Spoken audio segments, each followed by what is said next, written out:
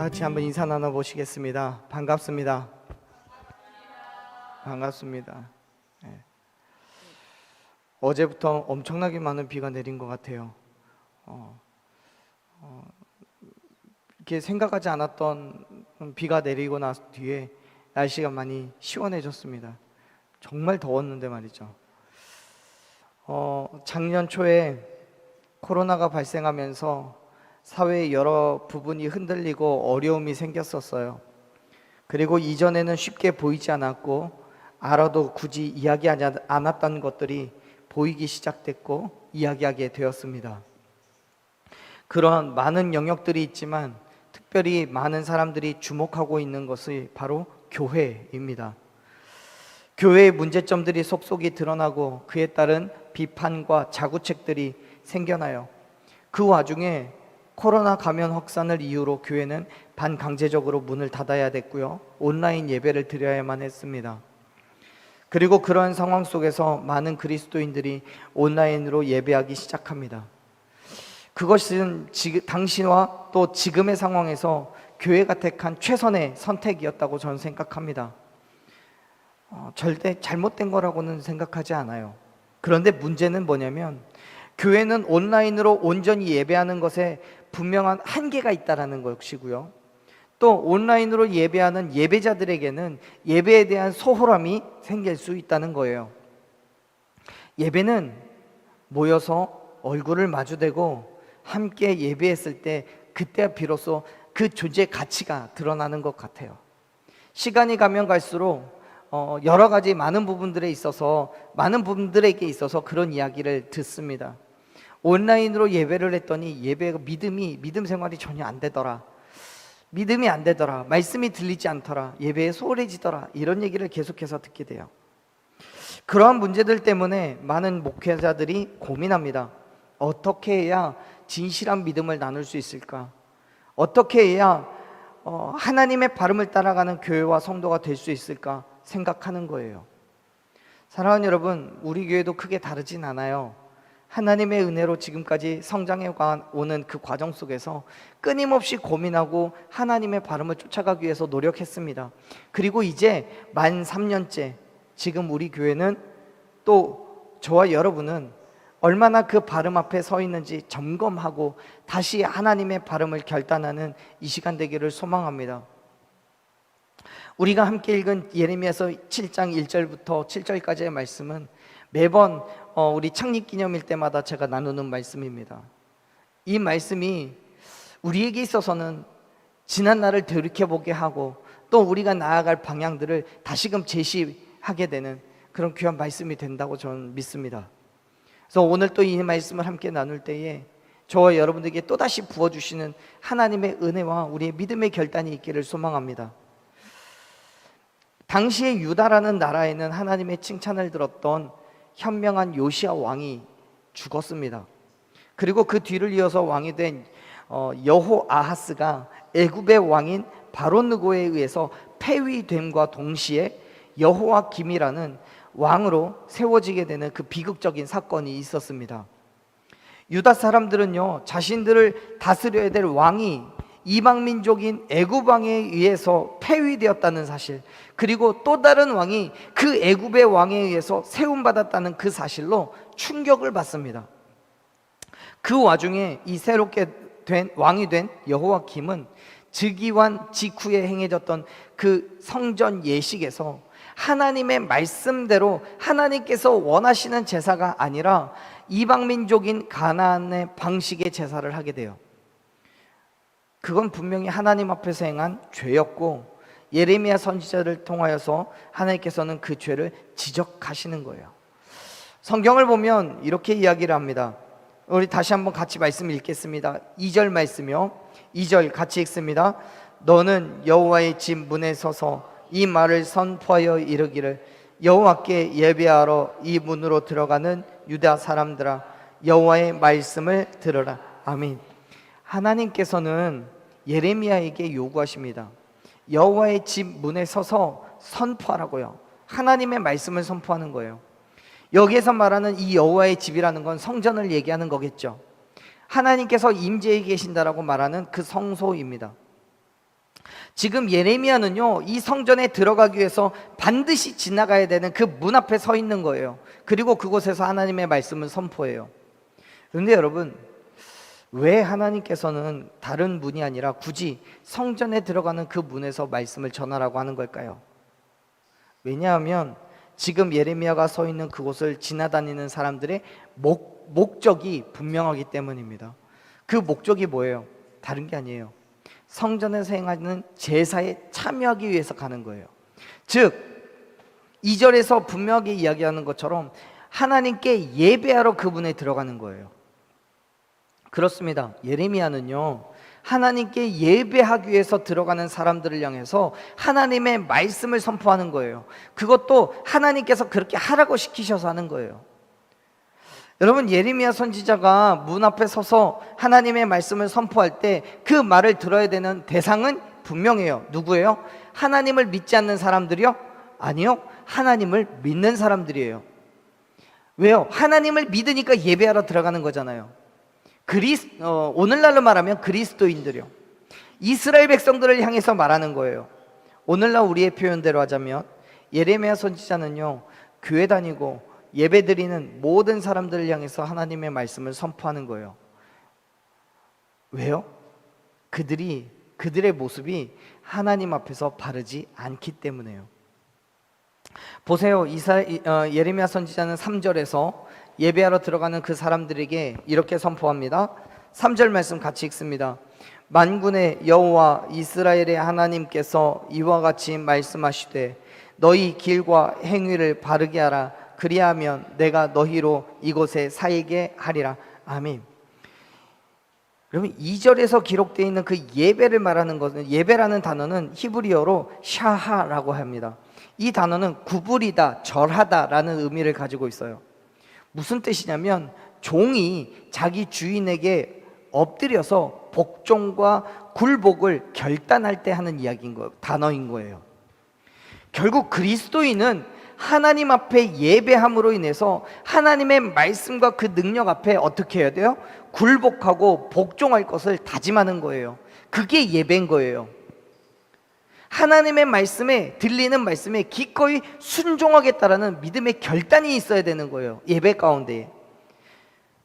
그렇기 때문에 성전에 나아가는 그 예배자들에게는 강력한 영적인 그리고 윤리적인 부분에 있어서 신실하고도 정직한 태도가 요구되는 거예요. 하나님 말씀에 따른 그 믿음의 태도요. 왜요?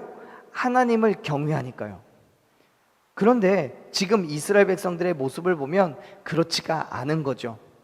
온전히 하나님의 백성된 삶이 보이지 않아요. 그렇기 때문에 예레미야 선지자는 하나님 앞에 예배하러 들어가는 그 사람들에게 뭐라고 얘기해요? 너희들의 길과 행위를 바르게 하라고 얘기하는 거예요. 지금까지의 모습이 전혀 그렇지가 않으니까요. 예레미야 선지자가 지금 이렇게 말하는 거예요. 당신들이 하나님의 말씀에 굴복하고 그의 말씀에 복종할 것을 지금 다짐하러 들어가는 것입니까? 그렇다면 정말 그렇게 사십시오. 길과 행위를 하나님의 말씀으로 바르게 하십시오 라고 이야기하는 거예요. 사랑하는 여러분, 오늘을 살아가는 우리 어떻습니까? 앞에서도 말씀드렸듯이 코로나 시대를 겪으면서 교회가 가지고 있는 여러 가지 문제점들이 발견이 되었어요. 그리고 몇몇의 교회들은 그 문제들 때문에 많은 비난도 받았어요. 때로는 또 상황에 따라서는 정말 비난받아 마땅할 만한 일이에요. 그만큼 우리들의 교회는 하나님 앞에 바르게 서 있지 않았다는 거예요. 그렇기 때문에 아무리 복음을 전해도 들으려 하지 않아요. 오히려 그 복음에 대한 진실함을 의심받았습니다. 여러분, 이제 먼저는 교회가 하나님 앞에 바로 서기를 소망합니다. 교회가 하나님 앞에 바르게 서야 이 교회를 통해 진정한 하나님의 바름이 무엇인지를 알 수 있기 때문인 거죠. 하나님께서 보시기에 바른 교회, 하나님께 인정받는 바른 교회로 우리 교회가 세워지기를 간절히 소망합니다. 그러기 위해서 사랑하는 여러분, 온전히 하나님의 말씀에 굴복하고 그의 뜻대로 살아가는 삶을 결단하십시오. 여러분, 우리 교회가 하나님 앞에 바르게 서기를 원한다지만 우리 교회, 우리가 말하는, 지금 제가 말하는 우리 교회는 이 건물을 이야기하는 게 아니에요. 이 건물 안에 존재하고 있는 이 우리 공동체를 이야기하는 거예요. 그렇다면 그 공동체, 각각의 공동체를 구성하는 저와 여러분이 하나님 앞에 바르게 서 있어야 된다는 사실을 여러분 기억하시길 바랍니다. 예배하는 교회가, 예배하는 성도가 진짜 예배의 삶으로 살아가야 된다는 것을 여러분 믿으시길 바랍니다. 그의 길과 행위를 바르게 해야 되는 거예요. 그러한 교회가, 그러한 성도가 정말 하나님 앞에 바로 선 교회, 하나님 앞에 바로 선 성도인 거예요. 사랑하는 여러분, 저는 우리 교회가, 그리고 우리의 모든 더 바른 식구들이 온전히 하나님 앞에 삶을 내어놓고 하나님의 말씀에 따라 살아가는 교회, 그러한 그리스도인이 되기를 간절히 축원합니다. 하나님께서 말씀하신 대로 그 길과 행위를 바르게 하여서 하나님의 축복을 받아 누리는 저와 여러분이 되기를 간절히 축원합니다. 여러분, 그 축복이 뭡니까? 3절에서 말씀하는 축복은요, 뭐라고 얘기해요? 이곳에서 살게 될 거라는 거예요. 이곳에서 살게 될 거라고요. 이곳이 어디예요? 여기서 말하는 이곳은 교회를 말하는 게 아니에요. 이 건물을 말하는 게 아니에요. 이곳은 하나님께서 허락하신 땅이에요. 즉 젖과 꿀이 흐르는 가나안 땅인 거죠. 말씀 속에서는요. 현재 이스라엘 백성들이 살아가고 있는 그 땅, 그러나 지금은 하나님 앞에 범죄함으로 인해서 멸망당하게 될 그 땅인 거예요. 하나님께서는 길과 행위를 바르게 하는 자들에게 그 땅에서 살게 하시겠다라고 선언하십니다. 그 말을 반대로 말하면 지금 길과 행위가 바르지 않기 때문에 그 땅에서부터 쫓겨날 수도 있다는 거예요. 그렇습니다. 여러분, 저와 여러분이 하나님의 백성으로 살아가기를 몸부림쳐야 비로소 허락하신 땅, 그 천국의 소망이 있음을 믿으시길 바랍니다. 하나님 앞에서 길과 행위를 바르게 해야 되는 거예요. 선택받은 하나님의 백성으로 그 길과 행위를 바르게 할 때 하나님께서는 허락하신 그 땅에서 살게 하실 거라고 약속해 주시는 거예요. 정말요, 그거면 됩니다. 그런데 생각해 보세요. 지금 하나님께서 예레미야 선지자를 통해서 그 길과 행위를 바르게 하라고 말씀하고 계셔요. 그럼 어디에서 말해요? 성전 문 앞에서 말해요. 누구한테요? 하나님께 예배하러 가는 사람들이요. 여러분, 지금 어떤 상황인지 이해가 되셔요? 성전 문 앞에 서 있는 예레미야 선지자는 하나님께 제사를 드리러 가는 사람들을 향해서 이렇게 말하는 거예요.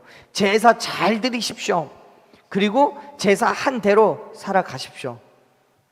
무슨 뜻입니까? 예배를 드리고는 있지만, 예배를 한다고 가지만 그 예배자의 삶이 세상 속에서는 드러나지 않는다는 거예요.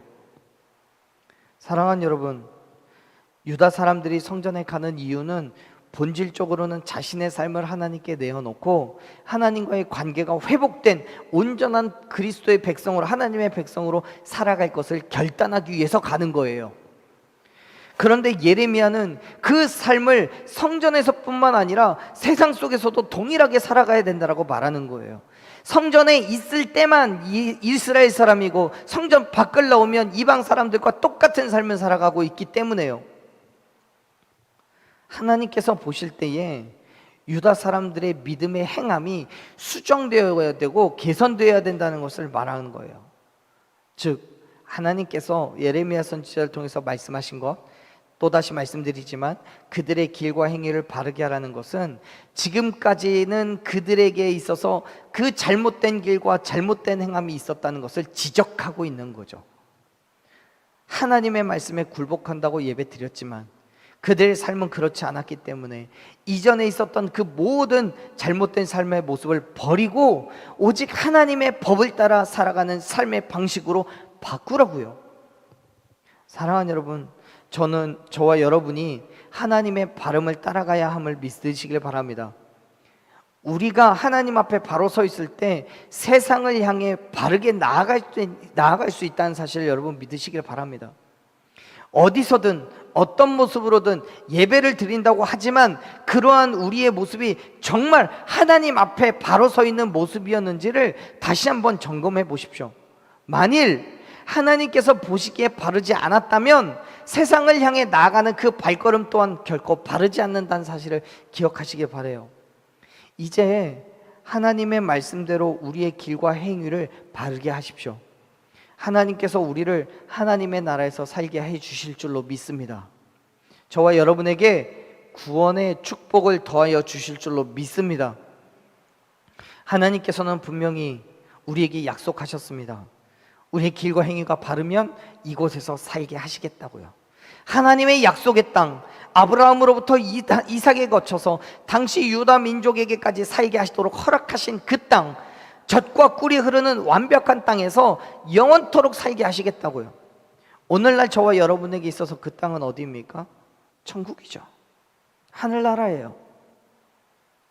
다시 말해서 저와 여러분이 그 삶을, 우리의 믿음의 삶을 바르게 했을 때 하나님께서는 우리가 천국의 소망을 두고 하나님의 나라에서 살아가도록 하시겠다라고 선언하시는 거예요.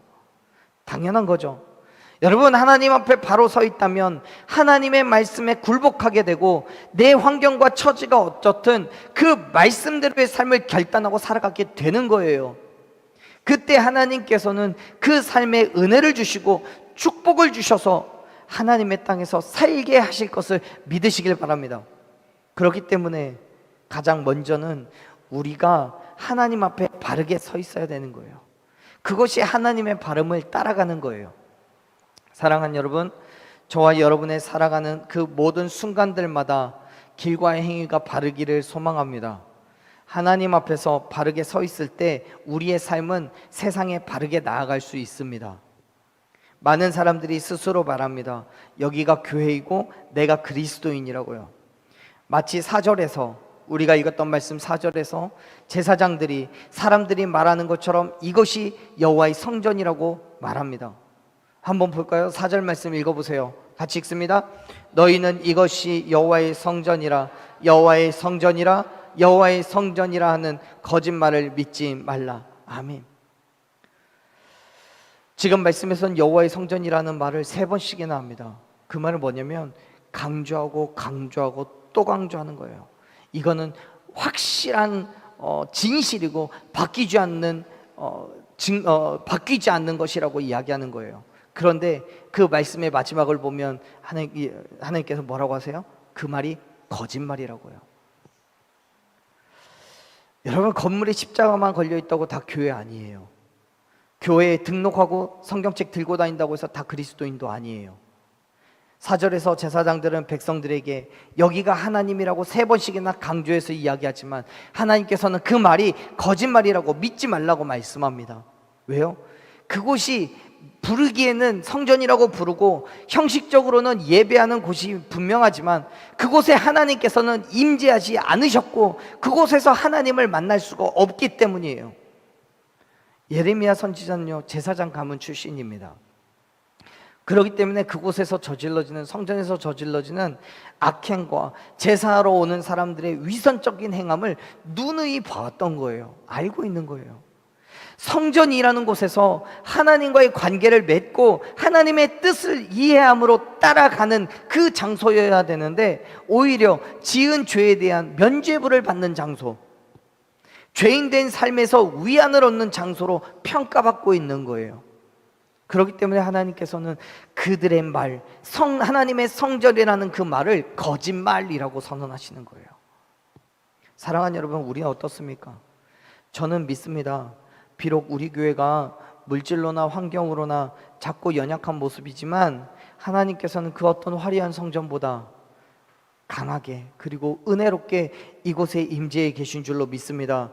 할렐루야. 왜요? 적어도 우리는 하나님의 길을 바르게 따라가고 그리스도인의 온전한 행위를 행하기를 소망하기 때문이죠. 저뿐만 아니라 여러분도 그런 믿음의 삶이 있는 줄로 믿습니다. 사랑하는 여러분, 우리는요 하나님의 백성된 길로 그 행함으로 나아가야 된다는 사실을 믿으시길 바랍니다. 그래야 살 수 있어요. 그런데 여러분, 그 발음, 계속해서 말씀드리는 그 길과 그 행함이 무엇입니까? 성경은요, 우리에게 아주 간략하게 많은 것들이 있지만 압축적으로 간략하게 이렇게 이야기합니다. 5절 6절 말씀 읽어볼게요. 너희가 만일 길과 행위를 참으로 바르게 하여 이웃들 사이에 정의를 행하며 이방인과 고아와 과부를 알제하지 아니하며 무죄한 자의 피를 이곳에서 흘리지 아니하며 다른 신들 뒤를 따라 화를 자초하지 아니하면. 아멘. 예레미야 선지자는요, 그 길과 행위를 바르게 한다는 것이 뭘 의미하는지를 여기에서 5절과 6절에서 네 가지로 말합니다.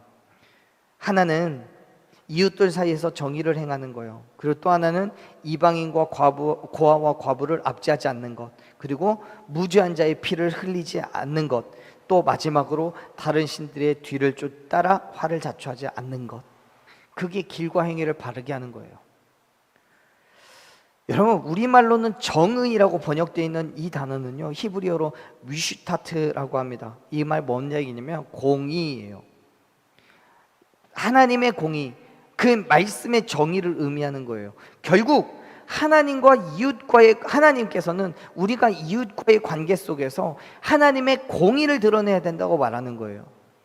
사실 인간이 하나님과의 관계를 먼저 파기함으로 인해서 하나님을 두려워하지 않고 세상을 내 마음대로 내 뜻대로 살아가기 때문에 이웃과의 관계도 무너질 수밖에 없습니다. 그 뒤에 나오는 이방인과 고아와 과부를 압제합니다. 왜요? 내 뜻과 내 만족과 내 유익을 위해서 살기 때문에요.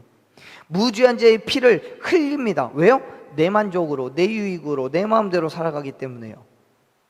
하나님과의 관계가 깨어졌기 때문에 인간과의 관계가 지속될 수 없는 거예요. 그렇기 때문에 이웃과의 관계에서 정의를 행하라는 그 말씀은 먼저 하나님과의 관계를 회복하라는 거예요. 그리고 하나님의 공의를 이웃에게 보여주어야 된다라고 말하는 거예요. 하나님의 말씀대로 살아가는 사람들이기 때문에 당연히 행해야 될 그 믿음의 태도가 여기에 있는 거예요. 우리가 살아가면서 얼마나 많은 이웃들에게 때로는 아픔을 주고 또 손해를 줍니까? 세상은 그럴 수 있습니다. 왜요? 말씀드린 것처럼 내 욕심대로 내 만족대로 살아가니까요. 그러나 하나님의 바람을 쫓아가는 저와 여러분들은 이웃의 기쁨을 위해서, 이웃의 만족을 위해서, 이웃과의 관계의 회복을 위해서 살아가야 될 줄로 믿습니다. 때로는 그 일 때문에 내가 손해를 볼 수도 있습니다.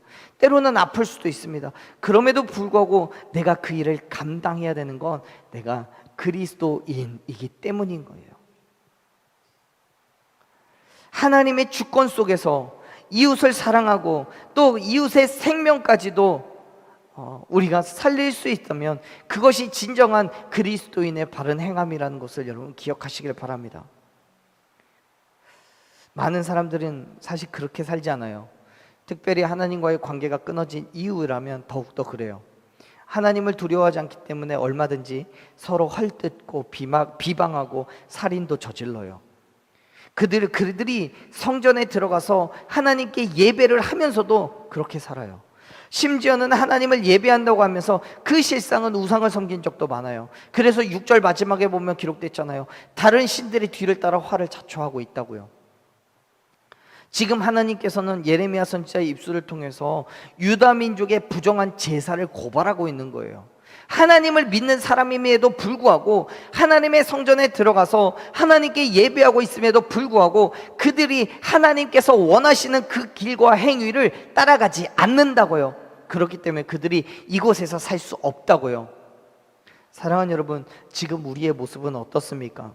교회에 다니기 때문에 그리스도인이라고 불리는 겁니까? 아니면 우리에게 그리스도인의 행함이 있기 때문에 그리스도인이라고 불리는 겁니까? 하나님께서는 예레미야 선지자를 통해서 그 길과 행위를 바르게 하라고 말씀하십니다. 하나님 앞에서 바르게 서서 하나님의 공의, 하나님의 바름을 따라가며 이 땅에서 온전한 그리스도인으로서 살아가라고 말씀합니다. 왜요? 그렇게 살아갈 때 우리에게 하나님의 축복이 임하기 때문에요. 성경에서 말씀합니다. 7절 말씀 같이 읽습니다. 내가 너희를 이곳에 살게 하리니 곧 너희 조상에게 영원 무궁토록 준 땅이니라. 아멘.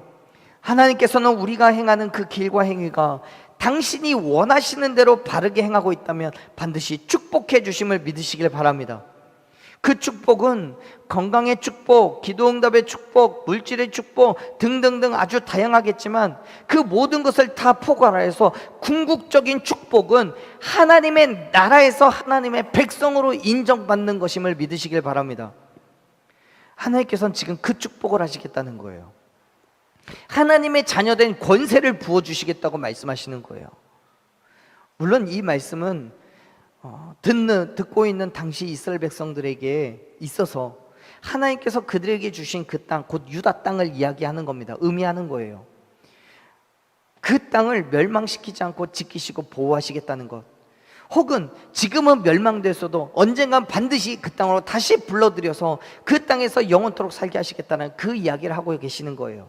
그런데 그와 동시에 오늘날 저와 여러분에게 이 말씀은 하나님의 나라에 대한 소망임을 믿으시길 바랍니다.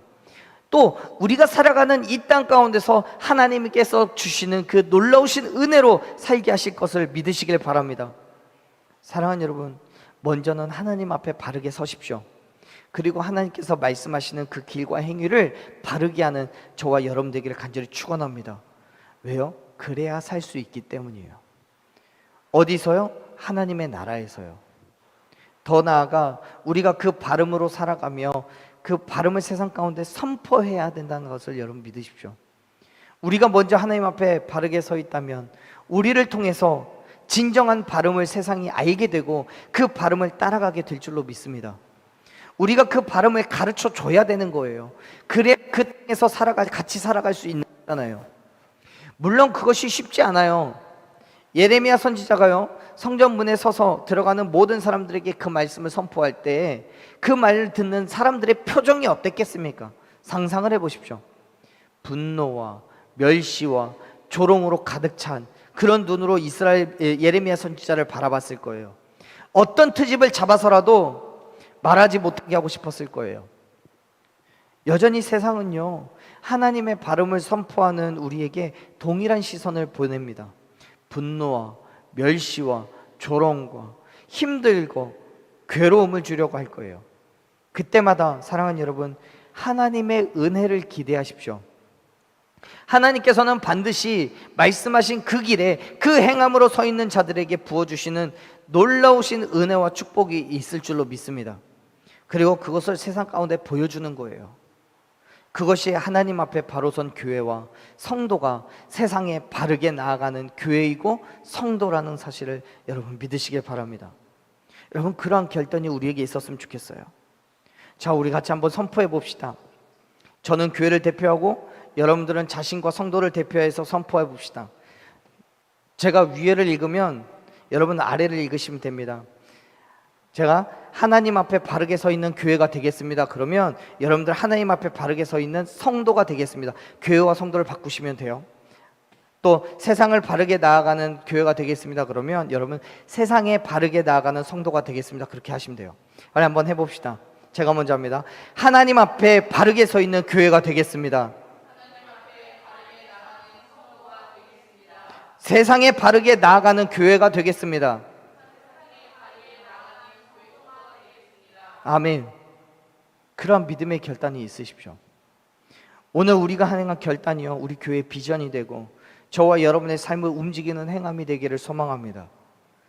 그렇게 하나님 앞에 바르게 서서 세상에 그 발음을 드러내며 나아가는 저와 여러분에게 하나님께서는 크고 놀라우신 은혜와 축복을 부어주실 줄로 믿습니다. 그 믿음으로 담대하게 세상에서 그리스도인으로 길과 행위를 바르게 하는 저와 여러분 되기를 간절히 축원합니다. 우리 함께 찬양으로 결단했으면 좋겠어요. 사랑하는 여러분, 저와 여러분이 그리고 우리 교회가 하나님께 바르게 있기를 소망합니다. 우리의 마음에 하나님의 사랑이 있고 그 진리가 있고 그 흔적이 있기를 소망합니다. 그렇게 순결한 신부된 삶을 결단하고 나아가며 세상에 하나님의 발음을 드러내는 그 삶이 되기를 원합니다. 세상이 조롱과 유혹 속에서도 하나님의 발음을 포기하지 않고 쓰러지지 않는 그 믿음의 삶으로 나아가는 저와 여러분이 되기를 간절히 축원합니다.